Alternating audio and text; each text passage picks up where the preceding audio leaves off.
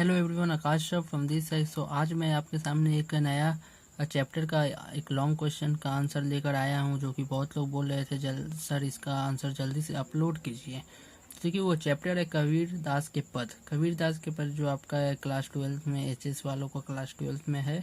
तो इसका देखिए मैं बेस्ट आंसर एक ही आंसर लिखाऊंगा और वो बेस्ट होगा। आपको एकदम उसी आंसर को लिख देना है, उसमें आपको जो है फुल मार्क्स जो है वो मिल जाएगा, कोई टेंशन नहीं लेना है। और ये मोस्ट इम्पॉर्टेंट भी है आपको। तो देखिए इसमें मेनली 4 तरह के क्वेश्चंस बनते हैं और इन चारों के बेस पर मैंने आंसर तैयार किया है, जो कि चारों में एक ही आंसर आपको लिखना है। तो आप देखिए आंसर क्वेश्चंस क्या है। क्वेश्चंस है कबीर की भक्ति भावना पर संक्षेप में वर्णन कीजिए। ये पहला क्वेश्चन है कि उनकी भक्ति भावना में संक्षेप में वर्णन कीजिए। उसके बाद देखिए क्या है, कबीर के पद में व्यक्त विचारों को व्यक्त कीजिए। तो कबीर के पद में जो विचार व्यक्त किए गए उनके बारे में बताइए। उसके बाद जो है कबीर दास एक समाज सुधारक थे, पठित पाठ के आधार पर उपरोक्त कथन की समीक्षा कीजिए। तो इसका भी आंसर उसी में मैं लिखाऊंगा। और उसके बाद देखिए ये एक स्पेसिफिक टाइप का क्वेश्चन हो जाता है कि स्पेसिफिक चीज़ों के बारे में आपको कबीर दास ने उन्होंने अपने दोहे में क्या बताया है वो बताना है। देखिए क्वेश्चन क्या है, गुरु प्रेम और जगत के संदर्भ में वर्णित कबीर के भावों को स्पष्ट कीजिए।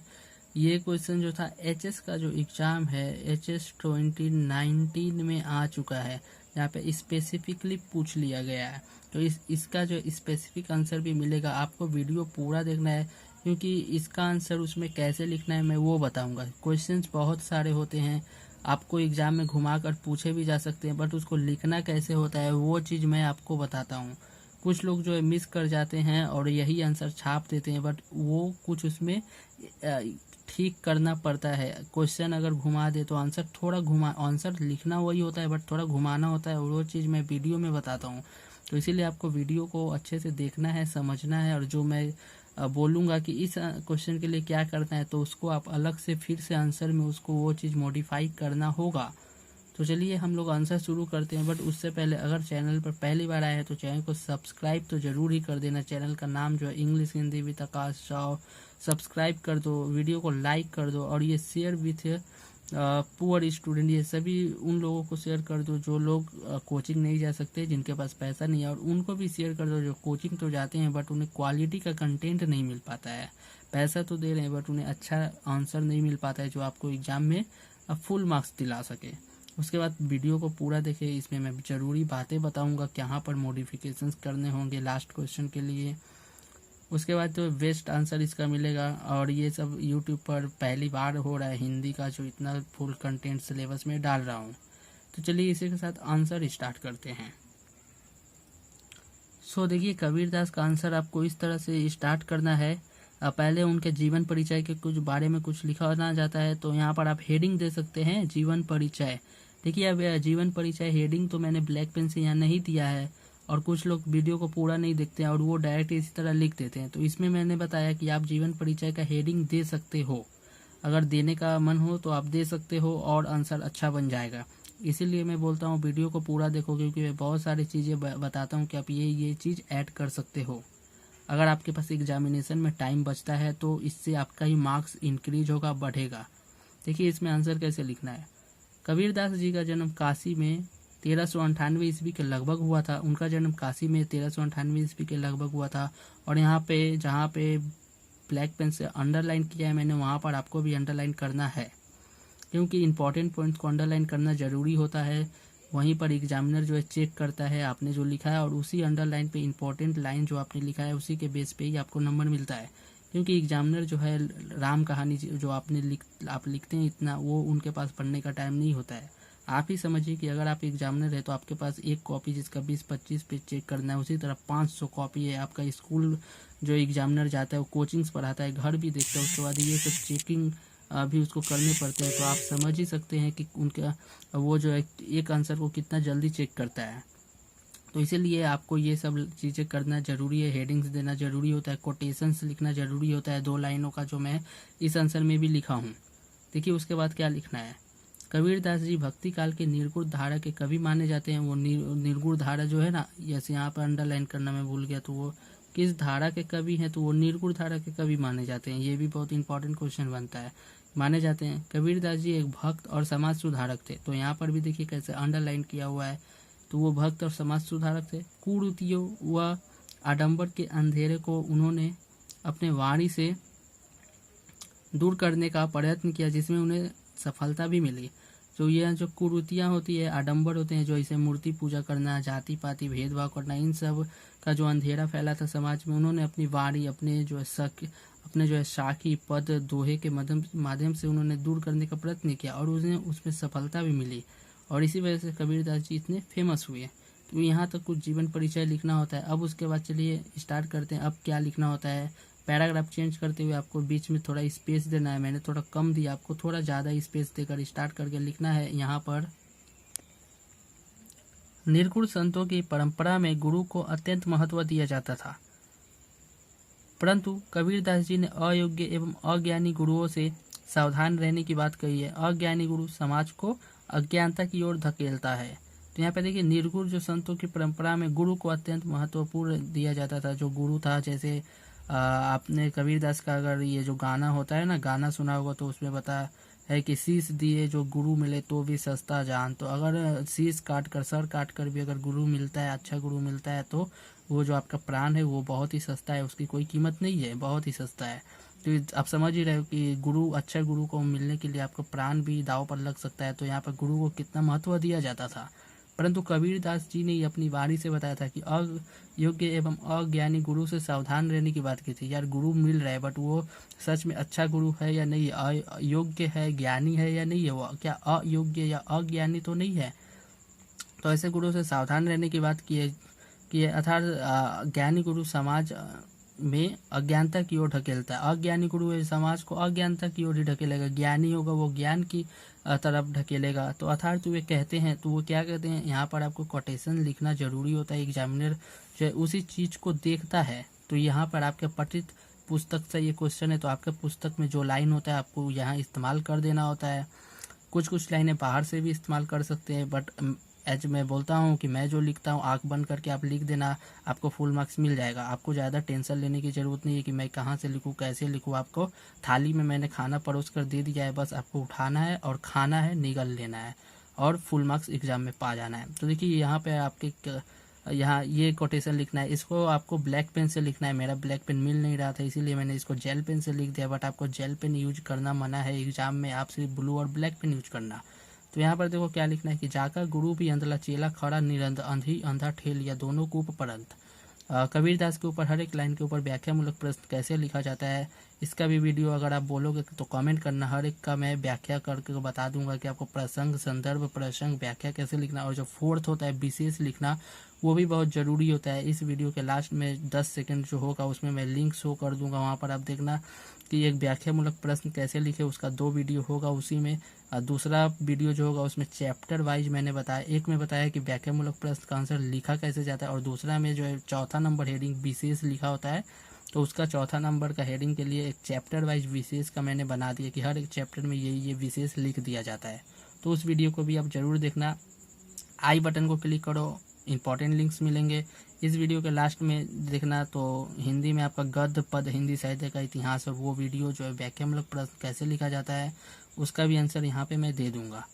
तो यहाँ पर यही चीज़ें लिखा हुआ है, एक दूसरे को अंधा अंधी अगर ढकेलते हैं तो दोनों कुएं में गिर जाते हैं। तो वही है कि अगर अज्ञानी गुरु हुआ तो शिष्य भी अज्ञानी होगा, और पूरा मिलाकर समाज भी अज्ञानी बन जाएगा।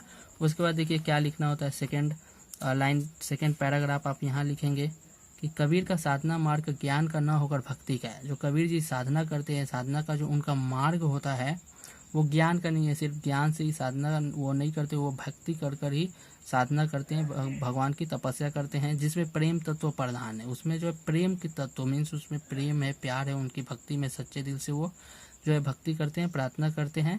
अंडरलाइन देख लो, जहाँ किया है आपको कर देना है। उसके बाद कबीरदास जी अपने अंदर ज्ञान की प्राप्ति के लिए बताते हैं कि उन्होंने अहंकार को मारना होगा।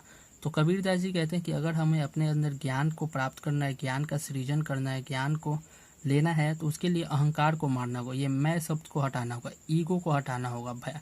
ये जो अहंकार का मतलब होता है घमंड को भगाना होगा। ईगो जो है आपके अंदर कि मैं ये हूँ, मैं बहुत बड़ा हूँ, मैं सबसे अच्छा हूँ दुनिया में और कोई नहीं है, तो इसी तरह के ईगो होते हैं उसको आपको हटाना होगा अगर आपको सच्चे दिल से ज्ञान की प्राप्ति करनी है। तो अहंकार हटाना होगा, क्योंकि मनुष्य के हृदय में भगवान एवं अहंकार दोनों एक साथ नहीं रह सकते। क्योंकि मनुष्य के जो हृदय है, दिल है या दिमाग है, उसमें भगवान और अहंकार एक साथ नहीं रह सकते। जिनके अंदर जो है अहंकार है उनके अंदर भगवान नहीं होता, मीन्स उसके अंदर अच्छा ज्ञान नहीं होता, सच्चा ज्ञान नहीं होता। और जिनके अंदर सच्चा ज्ञान होता है वो बहुत ही अच्छे इंसान होते हैं, उनके अंदर घमंड नहीं होता है। आप देखे ही होंगे बहुत से बहुत अमीर आदमी जो अच्छी ज्ञान प्राप्त कर कर अमीर बनते हैं और उनके अंदर घमंड भी नहीं होता है। बट छोटे लोग जिनके पास कुछ नहीं है वो बहुत घमंडी है और वो गरीब भी रहते हैं, वो एक दूसरे को सिर्फ गाली देना ही जानते हैं। तो आप समझ ही रहे हो कि सोशल लाइफ से मैं कैसे कनेक्ट कर रहा हूँ। उसके बाद ये चीज़ हो गया, तो इसके ऊपर भी आपको सपोर्टिंग लाइन ज़रूरी होता है लिखना। तो सपोर्टिंग लाइन में आपको देखिए यहाँ पर क्या लिखना है। बहुत ही फेमस लाइन है कबीरदास जी का, जब मैं था तब हरि नहीं, अब हरि है मैं नाही, प्रेम गली अति सांकरी, या में दो न समाही। तो ये कोटेशन आपको ब्लैक पेन से लिखना है, डबल इन्वर्टेड कॉमा देकर आपको इसको याद कर लेना है। कबीरदास कहते हैं कि जब मैं था, मैं का मतलब ही अहंकार होता है, अहंकार, तब हरि नहीं, हरि मतलब भगवान। तो जब वो थे तो हरि नहीं, और हरि है तो मैं नहीं। जब भगवान है, ज्ञान है, सच्चा प्रेम है, तो वहाँ पर अब अहंकार नाम की कोई चीज़ नहीं है। प्रेम गली अति सागरी, जो प्रेम की जो गली है, रास्ता है, वो इतना संकरा है कि इसमें दो ना समाये, इसमें दो चीज़ एक साथ नहीं समा सकते हैं। या तो आपको ज्ञान रखना होगा या अहंकार रखना होगा। ज्ञान रखो तो अहंकार नहीं रखना होगा, अगर अहंकार है तो ज्ञान नहीं होगा। अहंकार और अहंकार दोनों एक साथ आपको नहीं रखना होगा। आप कमेंट करके बताओ आपके पास क्या है, आपके पास ज्ञान है या अहंकार है। अगर आप मेरे स्टूडेंट हो तो आपके पास ज्ञान ही होगा, और आप इस वीडियो को देख रहे हो तो आप स्टूडेंट हो, आप पढ़ने वाले बच्चे हो, तो ही आप इस वीडियो को इतना मन लगा कर देख रहे हो। मीन्स आपके अंदर जो है भगवान ही होगा, ज्ञान ही होगा, अहंकार नहीं होगा। चलिए उसके बाद आपको क्या लिखना है, तीसरा नंबर पैराग्राफ देखिए क्या लिखना है। उसके बाद देखिए तीसरा नंबर पैराग्राफ में ये लिखना है कि कबीरदास जी एक समाज सुधारक भी थे। तो हम लोग को पता भी है कि वो समाज सुधारक भी थे। और जैसा कि एक आपको मैंने तीसरा नंबर क्वेश्चन दिखाया था ऊपर कि समाज सुधारक पतित पाठ के आधार पर उपरोक्त कथन की समीक्षा कीजिए। समाज सुधारक भी मैं इसमें इंक्लूड कर दूंगा, तो आपका आंसर जो है ऑलराउंडर बन जाएगा कि आप सभी का क्वेश्चन का एक ही आंसर लिख सकते हो। देखिए वो मानव जाति को माया के मोह से छुटकारा दिलाना चाहते हैं। तो वही मानव जाति जो हम लोग हैं, इंसान लोग हैं, माया के मोह से छुटकारा दिलाना चाहते हैं। उसके बाद क्या है कि वो कहते हैं कि अब देखो वो कह रहे हैं, इसीलिए मैंने इस चीज़ को ब्लैक पेन से लिखा है, अंडरलाइन इन्वर्टेड कॉमा में भी बंद है। देखिए क्या है, मैं देख रहा हूँ, मीन्स कबीरदास जी का लाइन है ये। कबीरदास जी बोल रहे हैं कि मैं देख रहा हूँ कि संसार नष्ट हो रहा है, खत्म हो रहा है, और जग देख रहा है कि मैं नष्ट हो रहा हूँ, क्योंकि जन्म के बाद मृत्यु और मृत्यु के बाद जन्म का क्रम बना हुआ है, एवं सभी व्यक्ति माया के मोह से ग्रस्त हैं। तो इसका मतलब क्या होता है कि जैसे मैं देख रहा हूँ कि जग का यहाँ पर लिखा है मैं नष्ट हो रहा हूँ, संसार नष्ट हो रहा है। मीन्स अभी आप देख रहे हो कि जो लोग बूढ़े हो रहे हैं वो लोग मर भी रहे हैं, और जब आप बूढ़े हो जाओगे तो आप जो नेक्स्ट जनरेशन होगा वो हम लोगों को मरते हुए देखेगा। तो यहाँ पर जो है वही चीज़ लिखा है कि जन्म के बाद मृत्यु हो रहा है, मृत्यु के बाद फिर नए लोगों का जन्म हो रहा है। ये क्रम जो है धरती पर चलता ही जा रहा है। बट उससे ज़रूरी क्या हो जा रहा है कि सभी व्यक्ति जो है माया के मोह से ग्रस्त है। किसी के पास किसी चीज़ की माया है, किसी के पास पैसे की लालच है, किसी के पास धन की लालच है, किसी के पास आप समझ ही सकते हो कि आप कबीर के जो पद है उसमें आप पढ़ोगे कि माया महा ठगनी हम जानी, जो लाइन है उसमें आपको बहुत तरह से समझ में आएगा कि कहाँ पर क्या बनकर वो बैठी हुई है। आप बात को समझ पा रहे हो ना। तो माया जो है यहाँ पर उसके बहुत सारे रूप होते हैं। जो पंडा के यहाँ मूर्ति बनकर बैठी होती है, तीर्थ यात्री के सामने पानी बनकर बैठी होती है, जोगी के सामने जोगिन बनकर बैठी होती है, राजा के घर में रानी बनकर बैठी होती है। तो आप समझ रहे हो ना, किसी के पास हीरा बनकर बैठी होती है, किसी के पास दो कौड़ी बनकर बनी रहती है। तो आप वो पढ़ोगे तो उसमें पहला लाइन में बता रहा हूँ कि माया महा ठगिनी हम जानी करके लिखा हुआ है। हाँ, कबीर के पद है, वो आपका चैप्टर में है, आप उसे पढ़िएगा तो ये सब चीज़ें आपको भी याद रखनी है। आंसर में ऐसे ऐसे लिखना पड़ता है कि कहाँ पर किस के रूप में माया जो है बसा हुआ है। देखिए अर्थात वे लिखते हैं। अब सपोर्टिंग लाइन इसमें ज़रूरी है क्या है, देखो हम देखत जग जात है, ये जो ऊपर में ये लिखा हुआ है, हम देखत जग जात है, जग देखत हम जाही, ऐसा कोई न मिले पाखड़ी छुड़ावे वाही। तो ये आपको लिख देना है।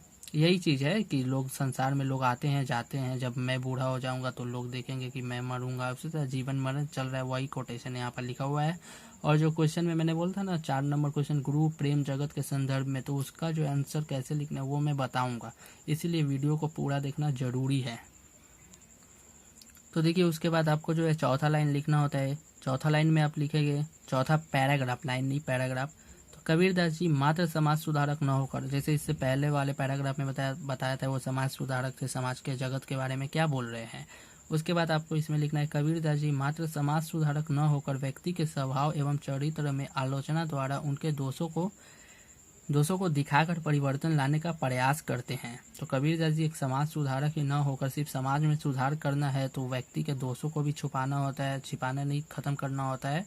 तो उनके जो स्वभाव और जो चरित्र होता है उसमें आलोचना के द्वारा दोषों को दिखाया जाता है कि देखिए आप में ये दोष है, तथा इंसान को जब पता चलता है कि मेरे अंदर ये दोष है, अवगुण है, तो उस चीज़ों को वो दूर कर सद्गुणी प्राप्त करता है, ज्ञान प्राप्त करने का इच्छुक बनता है। तो इसमें देखिए कोटेशन क्या लिखना है, बहुत ही फेमस है कबीरदास के द्वारा।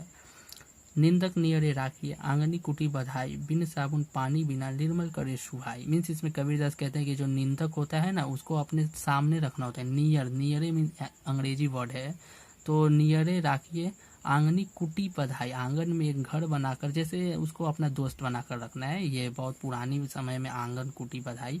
तो बिनु साबुन पानी बिना निर्मल करे सुभाए, आपको वो बिना साबुन पानी के आपको निर्मल कर देगा। मीन्स आपके बुराइयों को आपके सामने ही बताएगा कि आप में ये कमियां, आप ये करते हो, इतने बदमाश हो, इतने घटिया इंसान हो, जिससे तो ये सब बताता है, जिससे कि आप जो है अपने आप को ठीक करते हो। आपको पता चलता है कि वो मेरे अंदर इतनी बुराइयां हैं तो मुझे जल्द से जल्द ठीक होना होगा। इसी वजह से यही चीज़ है। आप समझ पा रहे हो मेरी बात कि मैं क्या बोलना चाह रहा हूँ यहाँ पर।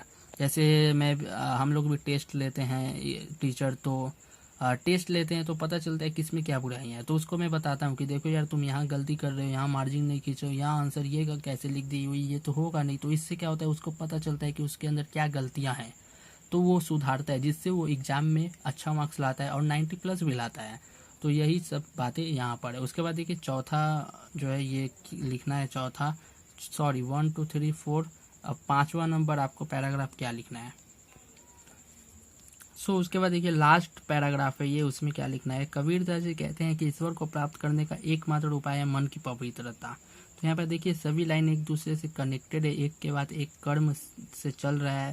तो यहाँ पे देखिए कबीरदास जी कहते हैं कि ईश्वर को अगर प्राप्त करना है तो आपको एकमात्र ही उपाय है मन की पवित्रता। मन अगर पवित्र रहेगा तो ईश्वर की प्राप्ति हो जाएगी। मन अगर अपवित्र है, गंदगी भरा हुआ है, तो उसमें खोट भरा हुआ है, तो नहीं होगी। उसके बाद क्या है कि ईश्वर हर व्यक्ति के हृदय में समाहित है। ईश्वर जो है हर एक व्यक्ति के हृदय में समाहित है। इसके लिए मंदिर मस्जिद जाना जरूरी नहीं होता है, इसीलिए वो बड़े आडम्बरों को जो है विरोध करते हैं। तो इसके लिए मूर्ति पूजा, हज, नमाज आदि वारे आडम्बर का दिखावा करना जरूरी नहीं है। अगर आपको दिखाना है कि आप सच्चे दिल से प्रार्थना करते हैं, भगवान को चाहते हैं, तो इसके लिए आपको मूर्ति पूजा, हज करना, नमाज पढ़ना, वारे आडम्बर करना, जुलूस निकालना, काट फाट जो तो क्या न क्या हम लोग अपने समाज में धर्म के नाम पर एक दूसरे को मारा मारी, गाला गाली, काटा कुटी कर रहे हैं, तो जो कि बहुत ही गलत है। अगर आप भगवान को मानते हैं तो दिल में पवित्रता रखो, और भगवान को मानते हैं तो हर एक धर्म को इज्जत दो, हर एक समुदाय के लोगों को इज्जत देना चाहिए। लड़ाई झगड़ा करना ही नहीं चाहिए। अगर वो सब आप करके क्या दिखाना चाह रहे हो, दिखावा कर रहे हो कि मैं ये कर रहा हूँ, मेरा धर्म महान है। सभी धर्म अपने आप में बराबर है। उसके बाद देखिए वो कहते हैं कि इसमें कोटेशन लिखना है कि कांकर पाथर जोड़ के मस्जिद लई बनाई, ता चढ़ी मुल्ला बाग दे, क्या बहरा हुआ खुदाई। देखिए यहाँ पर पथित पाठ के आधार पर यहाँ पे कुछ लाइनें लिखनी होती है, तो इसीलिए ये चीज़ जो आप ही के किताब में दिया हुआ है इसलिए लिखा गया है। बाहर से पठित पाठ अगर बोला जाए तो बाहर से लाइनें नहीं उठाना चाहिए, किताब के कोटेशन को ही यूज कर लेना चाहिए। उसके बाद देखिए ये आंसर यहाँ पे। उसके बाद लास्ट आपको एंड देना है। जैसे मैं बोलता हूँ स्टार्टिंग और एंडिंग जो अच्छा देना होता है, एग्जामिनर उससे मार्क्स देता है। बट स्टार्टिंग एंडिंग छोड़ो, आप बीच में इतना कोटेशंस लिख रहे हो कि एग्जामिनर मजबूर हो जाता है कि उसको फुल मार्क्स देना ही है। अदरवाइज उसी को शक होने लगता है कि मैंने इस स्टूडेंट को आखिर फुल मार्क्स क्यों नहीं दिया, काटा क्यों उसका मार्क्स। इतना अच्छा आंसर तो वो खुद भी नहीं लिख सकता है। कितने एग्जामिनर है जो उनको खुद इतना अच्छा आंसर नहीं आता है, मैंने खुद देखा है। बहुत सारे टीचर्स भी मेरा वीडियो देखते हैं। अगर आप मुझे पर्सनली बोलेंगे तो मैं आपको अपना यूट्यूब का एनालिटिक्स भेज दूंगा। आप देखिएगा 35 साल से प्लस लोग कितने परसेंटेज देखते हैं। 20, 25, 30% लोग तो वही लोग देख रहे हैं, टीचर्स लोग। तो स्टूडेंट लोग तो देख रहे हैं 60-70%, बस 30-35% टीचर से देखते हैं। और वो लोग पर्सनली मुझे कॉल भी करते हैं कि सर आपका आंसर बहुत अच्छा है, मैं आपका ही आंसर से अब मैं अपने स्टूडेंट को लिखाता हूँ। बात को समझ रहे हो ना। तो जो टीचर अच्छे होते हैं वो फ़ोन कर मुझे बोल भी देते हैं, और जो घमंडी होते हैं वो तो नहीं बताते हैं कि मैं क्यों बोलूँ उनको थैंक्स क्यों बता दूँ। तो देखिए छोड़ो ये सब बात। उसके बाद देखिए लास्ट में आपको क्या लिखना है। इन्हीं विशेषताओं के आधार पर यहाँ पे ऊपर लिखा है, कबीरदास जी सचमुच उच्च कोटि के समाज सुधारक थे। अंडरलाइन कर देना जहाँ मैंने किया है। तो इन्हीं सब विशेषता जितना ऊपर मैंने दिखाया, 5 हेडिंग्स पैराग्राफ आपने पढ़े, तो इसी के ऊपर आप पता चलता है कि वे सचमुच एक उच्च कोटि के समाज सुधारक थे। एवं उन्होंने जो है अपने दोहों और साखियों के माध्यम से संचार को सच्चे ज्ञान का मार्ग भी दिखाया। उन्होंने इतनी अच्छी अच्छी बातें लिखी, दोहे लिखी कि उनसे जो है संसार एक अच्छी दिशा में चला, सच्चे ज्ञान के मार्ग पर चलता है। उसके बाद देखिए लास्ट में आपको ये निशानी छोड़ जानी है कि 3 छंद का प्रयोग उन्होंने बहुत किया है अपने काव्यों में। साखी, शबद, रमैनी। आप इसको चाहे तो 1, 2, 3 ऐसे नीचे करके भी लिख सकते हो, ऊपर नीचे करके। तो ये लास्ट में अगर लिखते हो तो टीचर देखो, टीचर जो है पूरा आंसर आपको ऐसे ऐसे पढ़ा, उसके बाद जो है लास्ट में भी पढ़ा, और लास्ट में अपने जो है काव्य कविता लिखोगे तो उसमें अलंकार, छंद, अलंकार लिखना जरूरी होता है, छंद लिखना जरूरी होता है, रस लिखना जरूरी होता है, बिंब, प्रतीक, ये सब जो है बहुत जरूरी होता है लिखना। उससे जो है आपके मार्क्स ऑटोमेटिकली बढ़ जाते हैं। उससे पता चलता है कि आप हिंदी में कितने बड़े ज्ञानी हो। ऑलरेडी हो या नहीं अलग बात है, बट एग्जामिनर के सामने उतना अगर लिखा हुआ मिल जाए तो वो सोचेगा कि आपका हिंदी फेवरेट सब्जेक्ट है, और फेवरेट सब्जेक्ट में आप बहुत अच्छा करते भी हो। तो यही चीज़ें कुछ बतानी होती है। तो चलिए मैं कुछ बताना चाह रहा था, देखिए क्या है। यहाँ पर आप देख सकते हैं, यहाँ पे जो 4 क्वेश्चन था, ये 4 क्वेश्चन जो 3 आएंगे, इन तीनों के लिए आपको जो मैंने बताया था, जैसे मैंने अभी आंसर लिखा है पूरा वैसे ही लिख देना। बट ये लास्ट तरह के जो स्पेसिफिक क्वेश्चन में कर दिया है, अगर ऐसा क्वेश्चन आए तो इसमें देखिए मैंने किस तरह से लिखा है। तो यहाँ देखिए, गुरु प्रेम जगत के संदर्भ में वर्णित कबीर के भावों को स्पष्ट कीजिए, यहाँ पर लिखा हुआ है। तो देखिए मैं अब गुरु के और प्रेम के और जगत के संदर्भ में क्या क्या है मैं दिखा रहा हूँ। तो देखिए ये आपका आंसर है। तो यहाँ पर आपको तो ये परिचय लिखना है। तो पहले क्या था, गुरु। तो गुरु के निबंध में देखो यही है, जाकर गुरु भी अंधला, तो यही लिख देना है। और यहाँ पे हेडिंग देना है, गुरु के संदर्भ में क्वेश्चन क्या था, देखो गुरु प्रेम जगत के संदर्भ में वर्णित कबीर के भाव। तो आपको हेडिंग देना होगा, गुरु के संदर्भ में वर्णित कबीर के भाव, हेडिंग देना है। उसके बाद प्रेम है, तो यहाँ पर देखना हेडिंग देना, गुरु के संदर्भ में कबीर के वर्णित भाव, यहाँ तक लिखना। उसके बाद प्रेम था तो प्रेम यहाँ लिखना, प्रेम के संदर्भ में वर्णित भाव। प्रेम का यही होगा, देखो जब मैं था तब हरी नहीं अब हरी है, प्रेम गलियती सागर, यही दो में ना ही समाई, यही संदर्भ है। तो यहाँ पे ये लिखना। उसके बाद जो है क्या है, देखो उसके बाद बोले कि जगत के संदर्भ में वर्णित कबीर के भावों को स्पष्ट कीजिए। तो यहाँ पर जो ये चीज़ आपको लिखना होता है। तो यहाँ पर आपको ये चीज़ लिखना है। यहाँ पे हेडिंग आपको इस बार यहाँ हेडिंग दे देना अच्छे से, जगत के संदर्भ में कबीर के वर्णित भाव। तो यहाँ पर देखो जगत के संदर्भ में लिखा हुआ है ना, देखो हम देखा जग जात है, जग जेकत हम जात, तो यही सब लिखने होते हैं। इसीलिए मैं बोलता हूँ कि मेरा आंसर जो है ऑलराउंडर है, हर एक चीज़ का आंसर यही आप लिख सकते हो, आपको ज़्यादा इधर उधर करने की नहीं है। वही आंसर में मेरा सभी चीज़ जुड़ा हुआ है। तो आप देखो 3 का शुरू में जैसे बताया आपको ऐसे ही लिख देना है। लास्ट का मैंने बता दिया 3 हेडिंग, एक ये हेडिंग, एक ये और ऊपर का जो परिचय है वो तो लिखना ही है। उसके बाद जो है लास्ट में ये जो था छंद, ये समाज सुधारक थे, वो तो लिखना ही है। और उसके बाद अगर मान लो किसी साल मान लो वो कभी भी किसी साल अगर प्रेम जगत के अलावा कुछ और आ जाए, जैसे निंदक के वर्ण में, तो ये हो जाएगा। उसके बाद जो है अगर वो आवारे आडम्बर मूर्ति पूजा के संदर्भ में क्या कहते हैं, तो ये हो जाएगा। तो ऐसे कर भी अगर स्पेसिफिक करता है तो आप आंसर को लिख सकते हो। तो यहाँ पे आप बात को समझ रहे हो ना। तो यही देखो मैंने यही आंसर को कितना अच्छा से कंप्लीट करा दिया है, बहुत अच्छा ही आंसर मैंने लिखा दिया, कंप्लीट हो चुका है ये आंसर। आप बताना कमेंट में कि आपको कैसा लगा, और प्लीज़ वीडियो को लाइक कर दो, सबके साथ शेयर कर दो। तो मिलते हैं नेक्स्ट क्वेश्चन का आंसर के साथ। इसका जो है एमसीक्यू एंड शॉर्ट क्वेश्चन बहुत ही जल्द मैं अपलोड करूंगा मेरे चैनल पर। आप बने रहे, चैनल को सब्सक्राइब कर दे। डिस्क्रिप्शन में जो है व्हाट्सएप का लिंक है उसे भी ज्वाइन कर ले, वहाँ पर मैं नोटिफिकेशन देता हूँ कि नेक्स्ट वीडियो किसके ऊपर आने वाले हैं, और आप कमेंट करके बताएं कि नेक्स्ट वीडियो क्या चाहिए। तो चलिए मिलते हैं नेक्स्ट वीडियो में, तब तक के लिए टाटा एंड बाय बाय। और यहाँ पे जो 10 लिंक यहाँ पे 4 लिंक जो शो हो रहे हैं उसको क्लिक कर आप प्ले लिस्ट खोल कर गद्य पद हिंदी साहित्य का इतिहास व्याकरण प्रिंस ये सब देख ले। तो चलिए I am Akash, tata and bye bye.